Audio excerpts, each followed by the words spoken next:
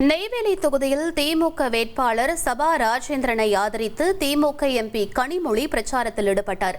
இந்திரா நகர் பகுதியில் நடைபெற்ற கூட்டத்தில் பேசிய அவர், கடந்த 10 ஆண்டுகளாக தொகுதி வளர்ச்சிக்காக பாடுபட்டு வரும் சபா ராஜேந்திரனை மீண்டும் சட்டமன்ற உறுப்பினராக தேர்வு செய்ய வேண்டும் என கேட்டுக்கொண்டார்.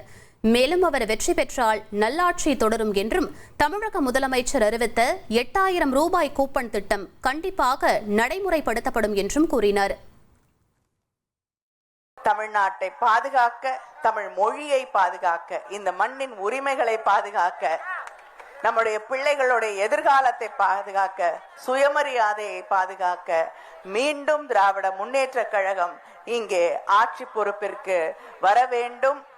நம்முடைய முதலமைச்சர் அவர்களுடைய கரத்தை பலப்படுத்த நம்முடைய வேட்பாளர் சபா ராஜேந்திரன் அவர்களுக்கு உதயசூரியன் சின்னத்திலே வாக்களித்து அவரை வெற்றி பெற செய்ய வேண்டும் வேண்டும் வேண்டும் என்று உங்களை எல்லாம் வேண்டி கேட்டுக்கொள்கிறேன். 1,28,00,000 மனங்களை வென்ற தந்தி டிவி யூடியூப் சேனல். தவிர்க்க முடியாத தம்ப்நெயில், கலக்கலான கான்டென்ட்ஸ். நீங்களும் இந்த குடும்பத்தில் இணைய இப்பவே சப்ஸ்கிரைப் பண்ணுங்க. அசுரபலம் கொண்ட எங்கள் டிஜிட்டல் கரங்களில் உங்கள் விளம்பரங்களை சேர்க்க வாட்ஸ்அப் பண்ணுங்க.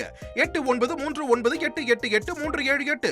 Email advtthanditv@dttv.in.